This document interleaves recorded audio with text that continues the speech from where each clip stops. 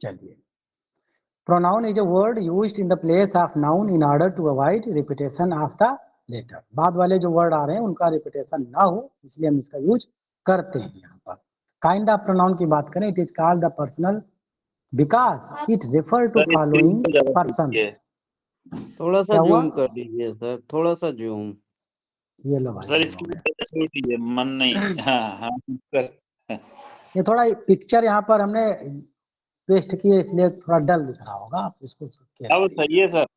हाँ, यहाँ पर जो है जो भी प्रोनाउन दिए हुए हैं, इतने प्रोनाउन होते हैं लगभग पर्सनल प्रोनाउन, उनका यहाँ पर फॉर्म दिया हुआ है। जैसे कि nominative case, possessive case, एक्विजिटिव case, जो कि अभी हम उसमें पढ़ चुके थे केस में, नाउन केस में। तो यहाँ पर जो है सिंगुलर और प्लूरल दिया हुआ है। जैसे आई है, माई, माइन है, आई नॉमिनेटिव केस और माई, माइन, ये जनरली जो है आपके जहन में है चीजें, लेकिन बस रिवीजन के पॉइंट ऑफ व्यू से चीजों को हम करते चलेंगे। इसका आई का प्लूरल क्या हो जाएगा? वी हो जाएगा। माई और माइन का जो है अवर और अस हो जाएगा। जनरली ये सारी चीजें आपको पता है। नॉमिनेटिव, सिंगुलर और प्लूरल, ये जो होता है यू, ये दोनों जगह एक ही तरह यूज होता है। इसका जो है प्लूरल अलग से नहीं बनाते हैं। पजेसिव में योर, योर्स हो जाता है और अकेजेटिव में भी यू का यू ही रहता है। थर्ड पर्सन की अगर हम बात कर लें, नॉमिनेटिव में ही, सी, इट, ये जो है फेमिनिन होता है, मस्कुलिन होता है। इधर इट जो है न्यूटर में आ जाता है। दे जो है सभी में यूज हो जाता है। पजेसिव में हिज आ जाएगा और हिम आ जाएगा। फेमिनिन में आ जाएगा हर और हर्ष और हर। ये सारी कुछ जानते हो आप। न्यूटर में इट और इट्स हो जाएगा। देयर, देयर्स और देम होता है। नोट देखते हैं, मैटर यहाँ पर आता है। The forms my, our, yours, his, her, its and their are determiners. ये सब क्या है? डिटरमाइनर के रूप में भी कंसीडर किए जाते हैं। They can also be used as a possessive adjective. ये पजेसिव एडजेक्टिव की भी तरह हो जाते हैं। एक तो प्रोनाउन है, दूसरे डिटरमाइनर है और तीसरे जो है पजेसिव एडजेक्टिव भी है। तो ये तीन तरह से आप इनको समझ सकते हैं। यहाँ से भी क्वेश्चन फॉर्म हो सकता है।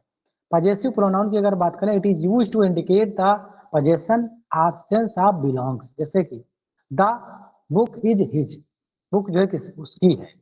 दैट हाउस इज माइन, ये मेरा है। Reflexive pronoun, it is used to reflect the action by the subject upon it. Subject का जो एक्शन होता है जब खुद ही पे रिफ्लेक्ट होने लगे, खुद ही पे वो प्रभावित होने लगे सब्जेक्ट, तो वो जो है रिफ्लेक्सिव हो जाता है। जनरली इसमें सेल्फ या सेल्फ का इस्तेमाल होता है।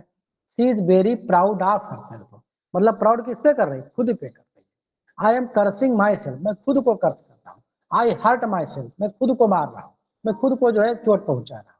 तो जब एक्शन का जो प्रभाव है स्वयं सब्जेक्ट पर ट्रांसफर होने लगे तो वो रिफ्लेक्सिव प्रोनाउन होते हैं। इम्फेटिक प्रोनाउन क्या होता है? जब किसी का असर्सन हो, जब दबाव हो, जब जोर दे करके चीजें कही जाए तो वहां पर इम्फेटिक होते हैं। जैसे I myself offered to drive their car, मैंने स्वयं, यहाँ पर खुद सब्जेक्ट जो है एक्शन का असर्सन कर रहा है, असर्स कर रहा है, दबाव दे रहा है। और जबकि यहाँ रिफ्लेक्शन में जो एक्शन है सब्जेक्ट पर रिफ्लेक्ट कर रहा है। तो दोनों में माइन्यूट अंतर है। कभी कभी यहाँ से क्वेश्चन बन जाता है तो दिमाग इधर उधर डिविएट होने लगता है। सी हर सेल्फ डिसाइड, यहाँ सब्जेक्ट के बाद ही आ रहा है। यहाँ पर देखिए आपका जो है वर्ब या एक्शन के बाद आता है। ये जो आएगा सेल्फ, ये जो है एक्शन को रिफर करेगा। और जब ये आएगा सेल्फ तो ये सीधे सीधे सब्जेक्ट को रिफर करेगा और सब्जेक्ट एक्शन पे दबाव डालने के लिए करेगा। सीधा कह सकते हो सब्जेक्ट के बाद जनरली ये यूज होता है। डिमॉन्स्ट्रेटिव क्या होता है? जब जो है किसी को इंगित किया जाए, डिमॉन्स्ट्रेट किया जाए, किसी की ओर इशारा किया जाए। जैसे that is doctor Rao house, वो कौन सा? वो कोई उंगली उठा के कह रहा है कि वो राव का हाउस है। दीज आर गुड बुक्स, कौन सी? ये किताबें। तो ये दीज, दो, दिस, दैट, ये सब क्या हो गए? डिमॉन्स्ट्रेटिव प्रोनाउन हो गए। Indefinite pronouns, in use that person or things in general way. Here the number of person and things may not be known. In other words, indefinite pronouns do not refer to any specific, किसी विशेष एक चीज को लेकर के वो refer नहीं करते हैं। जैसे कि some are born great, और सम, ये कहाँ की लाइन है? Some are born great, some thrust upon them, कहाँ की लाइन है? 12th night. किसकी है? मालबोलियो के लिए आया ना, मारिया के लेटर में। तो ये जैसे सम आया तो सम का कोई पर्टिकुलर व्यक्ति नहीं है, किसी के लिए, एनीवन, फ्यू, मेनी, इसमें पर्टिकुलराइज किसी को नहीं किया गया है। तो ये सारे किसमें हो गए? इंडिफिनिट प्रोनाउन हो गए। इसमें कौन कौन से आते हैं? Anybody, anythings, somethings, the others, others, anothers, nobody, nothing, ये सारे जो वर्ड है ये सब इंडिफिनिट प्रोनाउन के अंतर्गत आते हैं।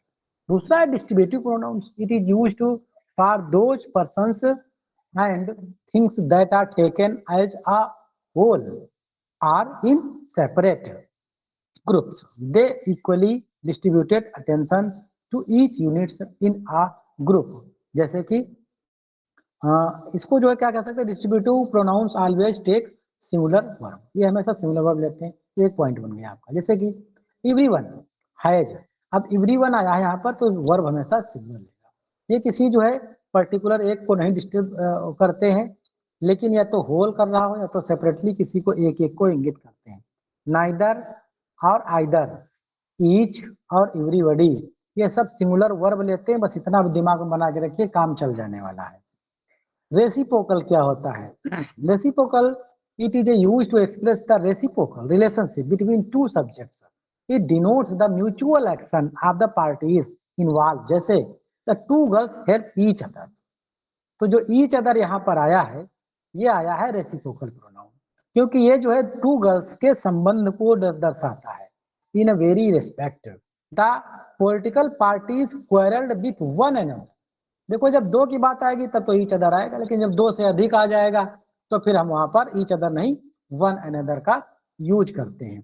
Word like each other and one other express the mutual reciprocal relationship between two or more than two subjects. तो इस तरह से जो है हम लोगों ने रेसिप्रोकल को देखा। एक नोट है, each others usually used refer to two person, जो हम पहले बता चुके हैं, और one another more than two things. Interrogative pronouns, it is used to ask questions. WH होगा, who, whom, whose, which, what, why, etc. are used to interrogative pronouns. जैसे कि who आया है यहाँ पर, whose है, which है, what है, ये सब वेल नोन है, अच्छे से पकड़ लोगे। रिलेटिव प्रोनाउन, इस पे थोड़ा काम करने की जरूरत है, हम अलग से भी इस पे काम करेंगे। It is used to join the sentence, introduce the noun clause and relative clause. जैसे कि the gentleman who is speaking is our principal. अब जो हु आया है तो ये जेंटलमैन के लिए आया है, और इसके बाद जो वर्ब आएगा वो इसी एंटीसीडेंट के अकॉर्डिंग आएगा। तो ये सारी चीजें थोड़ा हम रिलेटिव प्रोनाउन को और ज्यादा डिटेल में पढ़ेंगे तो अच्छे से समझ में आएंगे। जैसे द पेन, दैट, तो दैट किसके लिए? पेन के लिए आया है। This is the bus, which, which किसके लिए आया? बस से आया है। तो हु जनरली जो है लिविंग पर्सन के लिए आता है, हुज भी living, whose living non living दोनों के लिए आता है। दैट नॉन लिविंग के लिए आएगा, और व्हिच भी जो है नॉन लिविंग के लिए आता है, और सिलेक्शन के लिए भी ये आता है। तो ये सारे चीजें जो है हम डिटेल में पढ़ेंगे तो वहां पर देखेंगे। The word is bold are pronoun for the noun used before them. The noun are called antecedent and the pronoun are called class to the main classes. Relative pronouns ये सारे होते हैं, they relate the adjective, ये सब adjectives और subject के बीच में coordination बनाते हैं, इसलिए इनको relative pronouns कहा जाता है। तो इस तरह से हम लोगों ने एक थोड़ा क्या बोल सकते हैं कि कॉन्सेप्ट, हमने प्रोनाउन का एक कॉन्सेप्ट आज देखा, और कल जो है हम लोग प्रोनाउन पे रूल्स देखेंगे। कुछ स्पेशल रूल्स होंगे और कुछ इनमें से जो एम्फसाइज करने वाली चीजें हैं वो अलग से कंसीडर करेंगे, और अच्छे से प्रोनाउन को कल हम कवर करते हैं। तो आज का प्रोनाउन का सेशन हमारा यहीं तक है। दूसरी बात, अगर आप लोग यूट्यूब पे इस वीडियो को देखिए तो लाइक का बटन जरूर दबाया करिए, ताकि कम से कम वीडियो वायरल हो।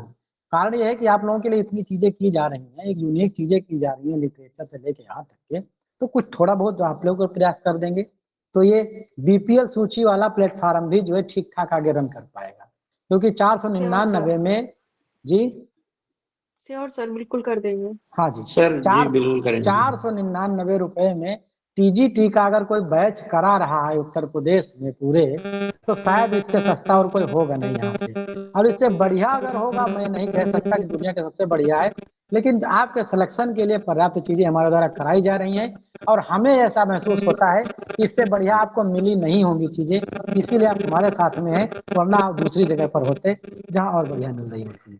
चलिए ठीक, हमारा सेशन यहीं तक, आगे हम लिटरेरी टर्म कवर करेंगे। By Priyanshi ma'am, thank you all. Thank you.